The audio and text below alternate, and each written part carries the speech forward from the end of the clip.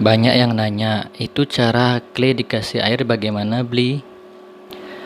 Nah, di sini saya sudah siapkan clay dan air.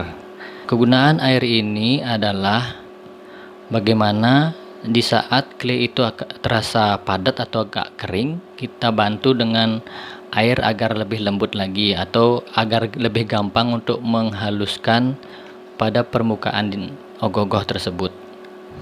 Contohnya seperti ini. Pertama, kita basahkan sedikit telapak tangan kita dengan air agar clay itu tidak terlalu menempel.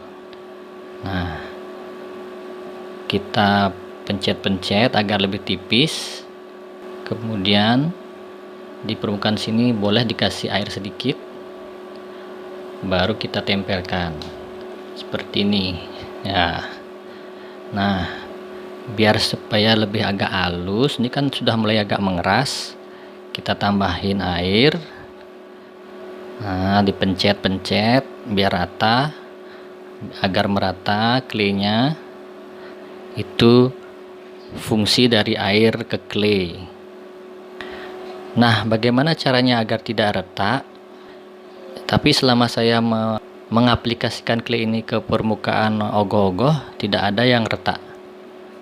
Nah, contohnya seperti ini. Tidak ada yang retak.